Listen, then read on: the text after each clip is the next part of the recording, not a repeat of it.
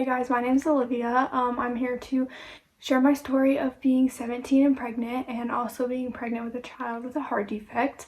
I got a lot of requests to make this video when I made her announcement, but I was a little hesitant just because it felt like I was putting a lot of information out there. But I thought about it and I just decided to go ahead and do it. I'm sharing this because, like I said, a lot of people requested it, but also just because I know when I was pregnant, I went to YouTube and just looked up teen moms and watched how they live their life and how they, dealt with the things that they dealt with. And with her story, it's a little different from just, a regular child. And so I just thought it would be a kind of inspirational and just a unique story to share. So I'm basically going to just tell from beginning to end, and I'm not going to go like too into detail. I'll go as best as possible, but if I went into like detail, we'd be sitting here forever.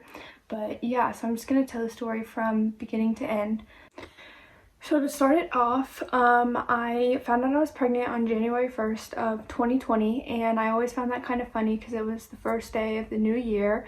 That was the first thing that I found out, so I took the test in the morning, and I really don't know what led me to do that. I just had a feeling to do it. I wasn't really feeling too sick, and I didn't miss a period or anything. I just was kind of feeling off, but it wasn't too out of the ordinary, but I just had that gut feeling kind of.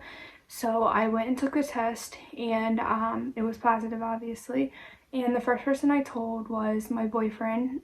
He didn't have a negative reaction. I didn't expect that at all from him, but he was just shocked, and I was shocked, and there was 500 things going through my head, so I know they were all going through his head too. And I was just, thinking how I was going to tell my parents, how I was going to go to school, what other people would think, and like all, the normal stuff that you think when you're a teen and find out you're pregnant.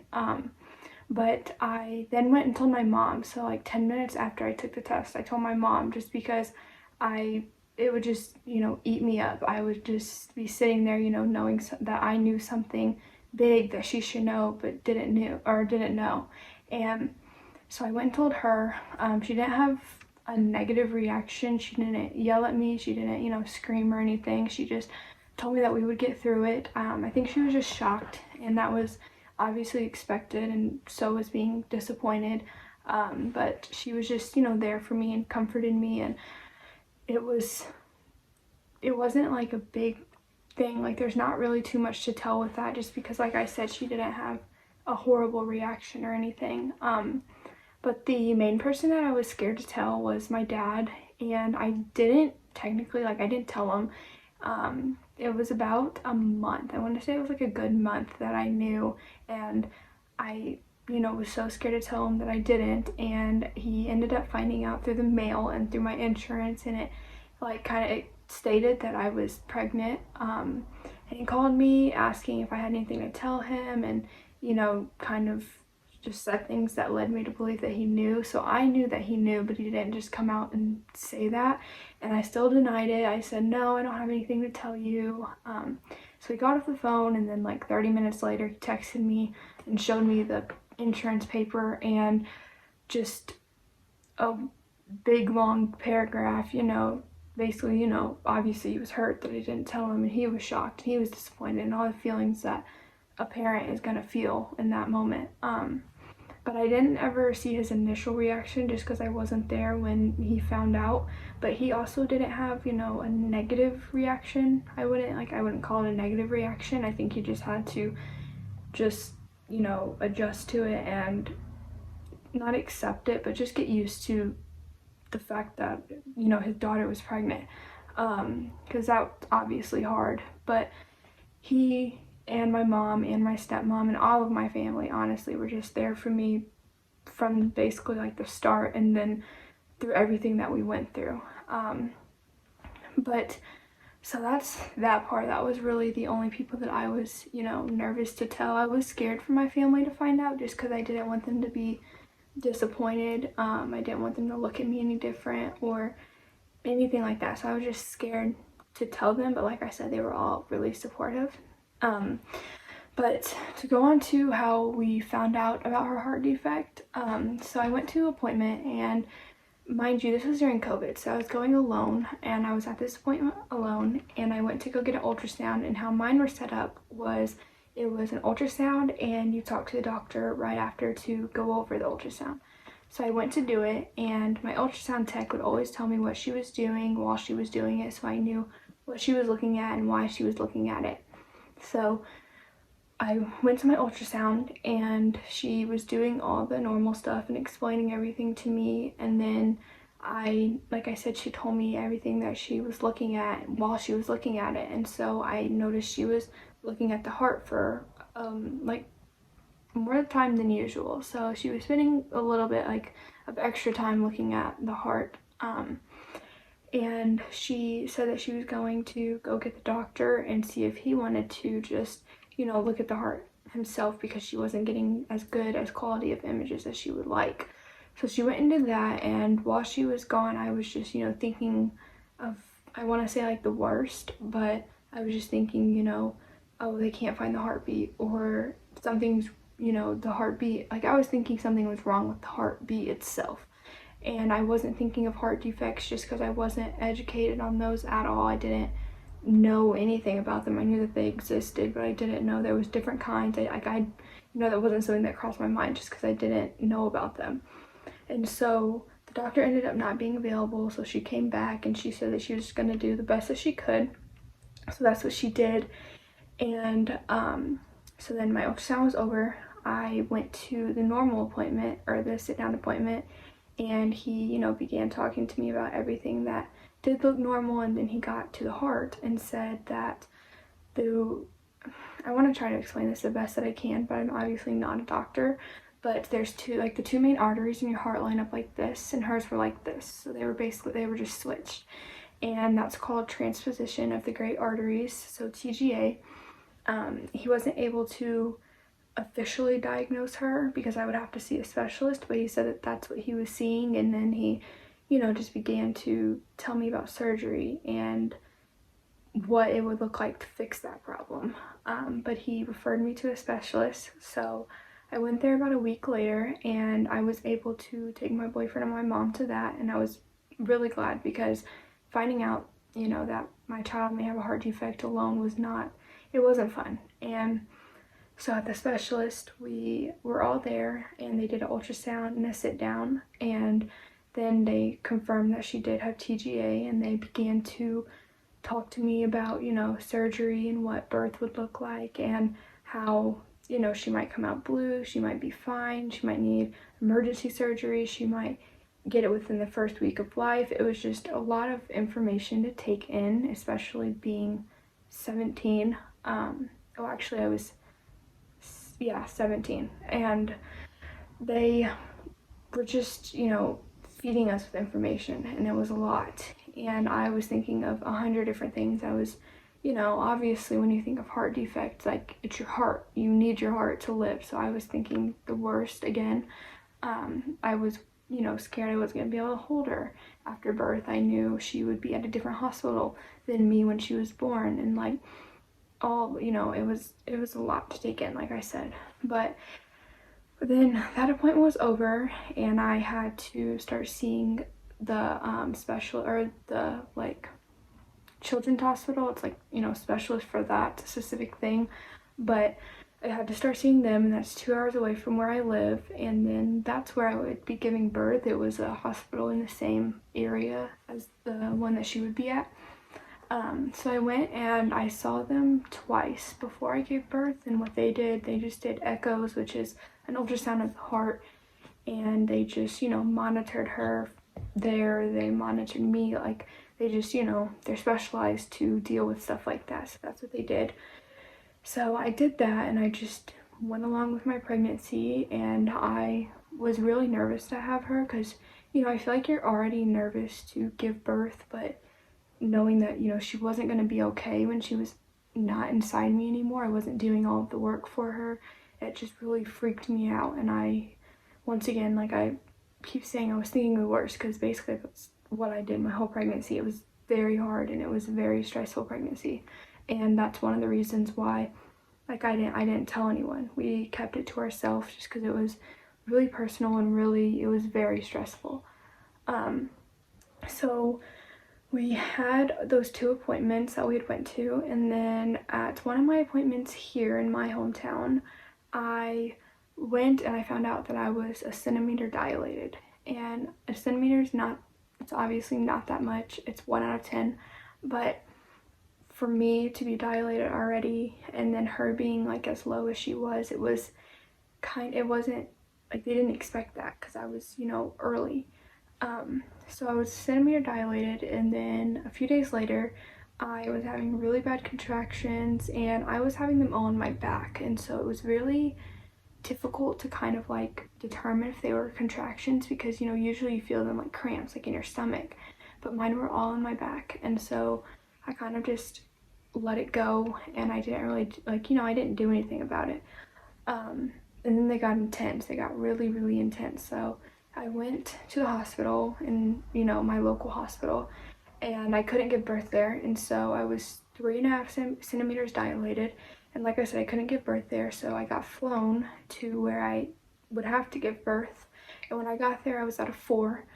And then it stopped. Like it stopped. And I was stuck at a 4 until I, was going into labor again. And so I got there on August 14th, and I stayed there until the 24th. I had her on the 22nd, but I obviously had to stay there extra. But yeah, so my labor stopped. I just stayed in the hospital until on the night of the 21st.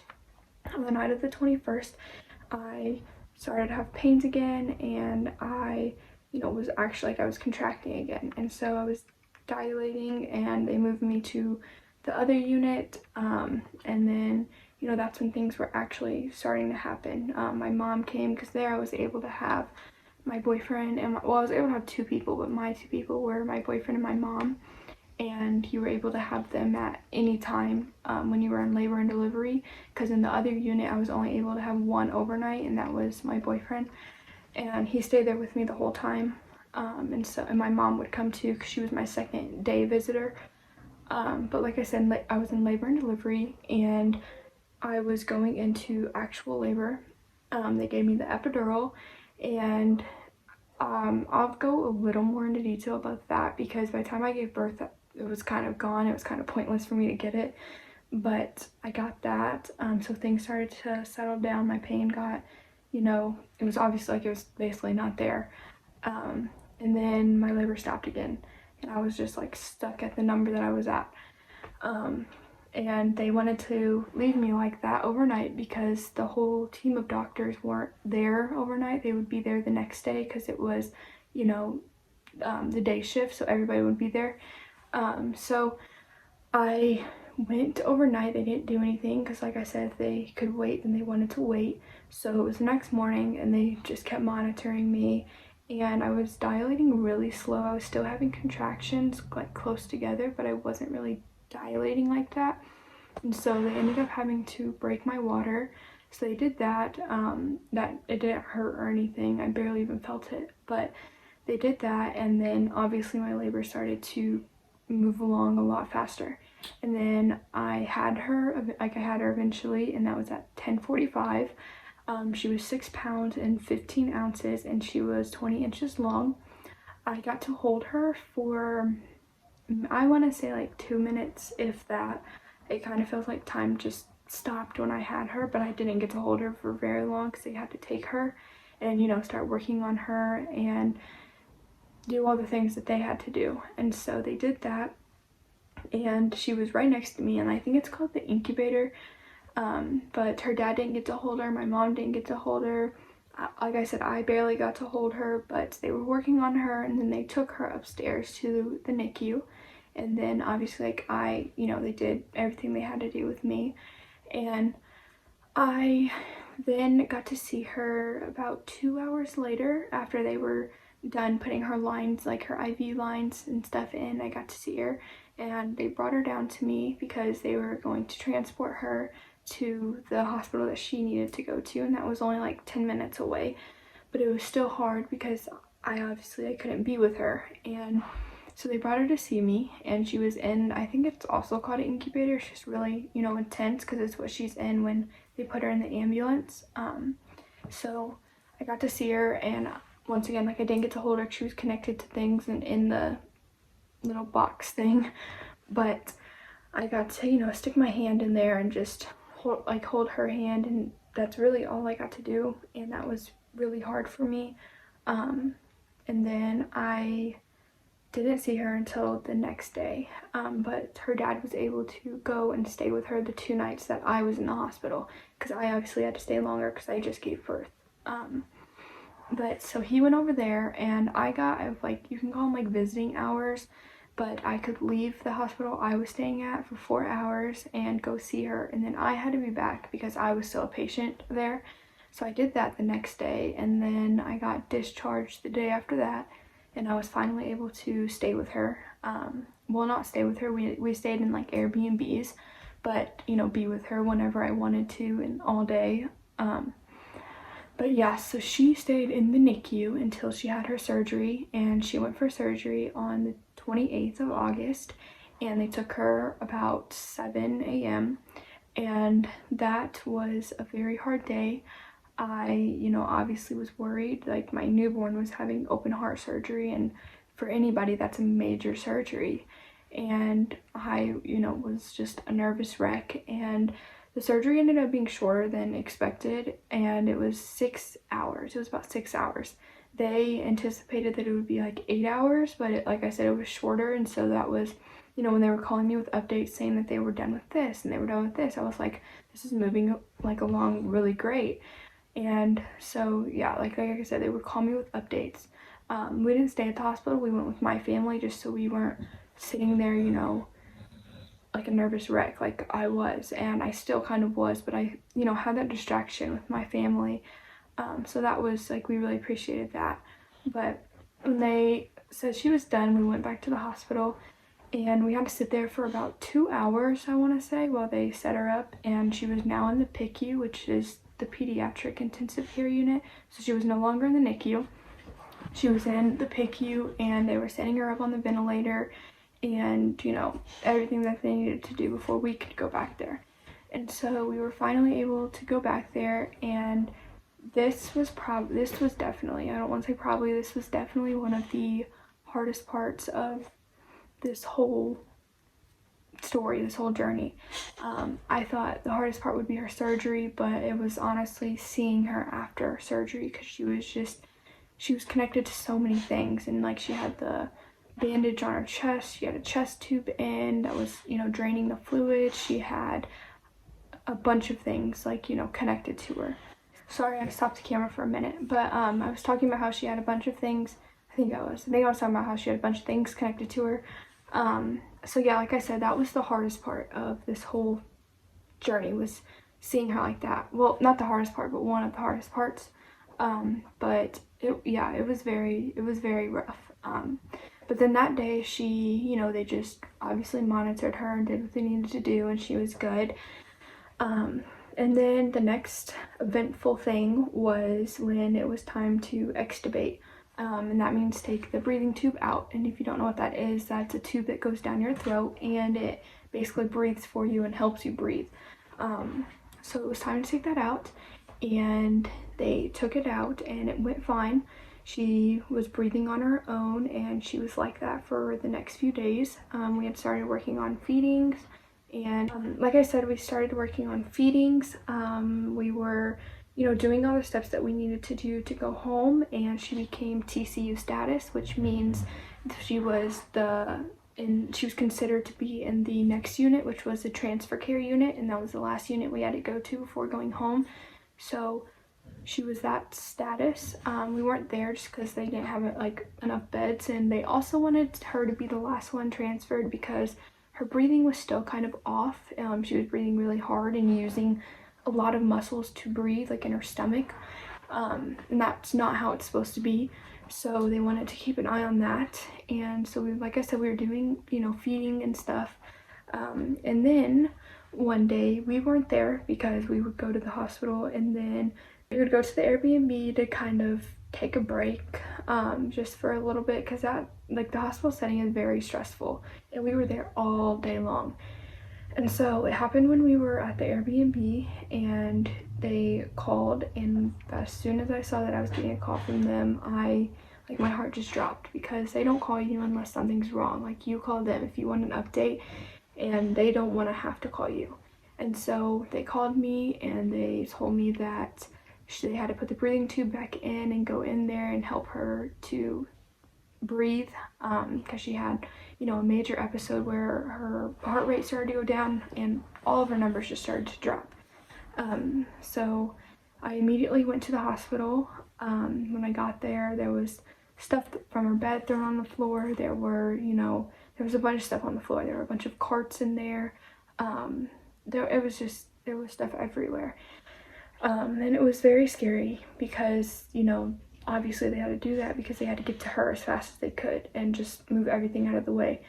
And, when I knew it was it was an emergency situation when they called me, but just seeing it was just so much different.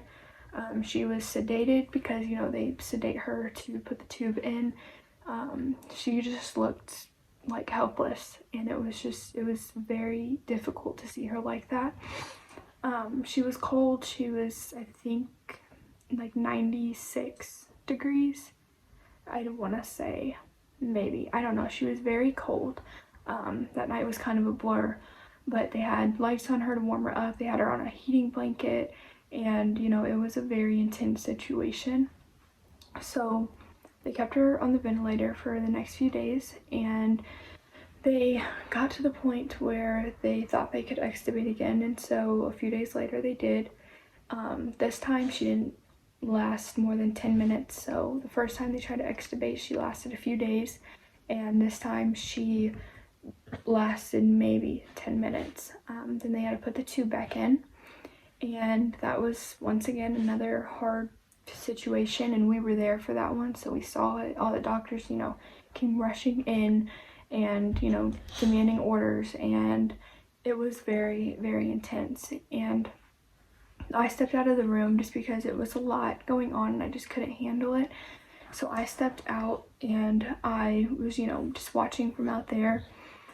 But like I said, it was a difficult situation once again.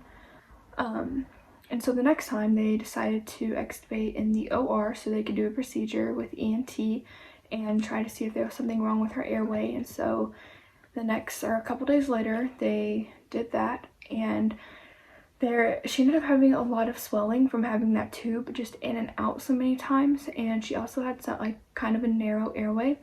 And so they went in and did what they needed to do with that, and then in 3 days later, they extubated, and this time it was the last time she had to be extubated, and it went very well. She was already looking a lot better than she did the previous times that she was extubated. And so once again, we started working on feedings. They were just monitoring her, and she was doing really well. And then we got to go to the TCU. So now we were actually in the TCU. We were no longer in the PICU. So we went there, and the first day that she was there, I wasn't there because I had an appointment back in my hometown, which was 2 hours away. So I had an appointment, and when I got there, she was breathing really loud, and it almost sounded like she was wheezing. I could hear her from the doorway, and she was in her bed. I could hear her from the doorway breathing, and I immediately called the nurse and told her that I was, kind of concerned about the way she was breathing. And she told me that she had already called the doctors to come look at her because she wasn't comfortable with the way she was breathing either. So then I knew something was actually wrong. So at this point, she was on a regular nose cannula of oxygen, and there's different levels of oxygen. And when they came and examined her, she ended up having to go back on high flow, which is a high flow of oxygen. So she ended up having to go back on that, but we were still in the TCU. But it was, again, another episode. It wasn't major because she never, stopped breathing or anything, but she was, struggling to breathe. But as soon as she got put back on the high flow oxygen, she was fine. So she was on that for a few days, and then we got to go back down to the regular flow. And then once again, we started working on feedings because she couldn't, eat by mouth with a high flow of oxygen. And so when she was on the low flow again, we started to work on feedings, and that was a really big struggle. And with heart babies, like one of the major things that, well, I feel like with any baby, they just said heart babies because she was a heart baby, but I think with like any baby that had a major surgery like that, it's hard to, you know, eat. And that just, something popped up on my phone, sorry. It was hard to eat, and a lot of things just play into why it's hard to eat, but that was a struggle. But she was on the low flow oxygen for a while, and then one day I went and she was just off of it. Like, they just decided to take her off of it because they thought maybe that's why she was struggling to eat. So they took her off of it, and she was doing great, you know, without it being on. She was still struggling to eat, and that was one of the big things, I want to say. Not like big things, but it held us up from going home because that was the last thing that she had to, you know, achieve. So they were trying to figure out why, and when she was eating, she was throwing it up. Sorry, my dog again. But where was I at? I just lost my whole train of thought. Oh, I think I was talking about how she was throwing up everything that she would eat, and they couldn't figure out why. She was throwing it up almost right away, or sometimes right away, but they couldn't figure that out. And so we went a few days just not knowing why that was happening. And then one day they just decided to take the feeding tube out because they said the feeding tube like lies right on that acid or that reflux area. And so they took that out, and things just got better. So she was eating, she wasn't throwing up as much, she was doing good, she wasn't on oxygen, she didn't have a feeding tube, and everything was good, everything was great. And so they just kept monitoring her for a few days, and eventually we were able to go home. So on September the 28th, we were able to say goodbye to the hospital finally. She was in there from August 23rd to September 28th. And yeah, it was a very long journey. We finally got to leave, like I said, and we're home, and she's been doing really good. She's been growing. We go, you know, to her pediatrician for weight checks because she was not like underweight because of her situation, but she was underweight of what, you know, normally like a child her age would be. But yeah, we're home, and we were all so happy to be home and not be staying in Airbnbs anymore, and not having to leave her every night and her being in the hospital. And so yeah, it was a very hard journey, and it took a lot to get to where she was at, but she is my biggest inspiration. She has gotten through so much, and she is one of the strongest little girls that I know. It's just amazing what she has been through, and it's amazing what all heart babies go through, and all, you know, babies with any sort of illness or anything. It's just amazing what they can get through. Sorry, a lady keeps walking by with dogs, and my dog just wants to go crazy. But I was saying how it's just amazing what these babies can go through and get through. And, you know, I saw her at her worst, and she managed to fight through everything that she went through. And yeah, she is, you know, like I said, my biggest inspiration, and I've never been more proud of someone or loved someone so much. But this journey has taught me so many things, and, you know, I questioned, you know, why her, why us so many times during my pregnancy and during the time that she was in the hospital. But, you know, everything happens for a reason, and like I said, it taught me so many things, and it's made me such a stronger person. You know, I've had to be strong, and so like I said, it just made me such a stronger person. But yeah, so that's our story. I plan to make more videos with her, so just be sure to like this video and subscribe so you can follow our journey, and I hope you guys enjoyed.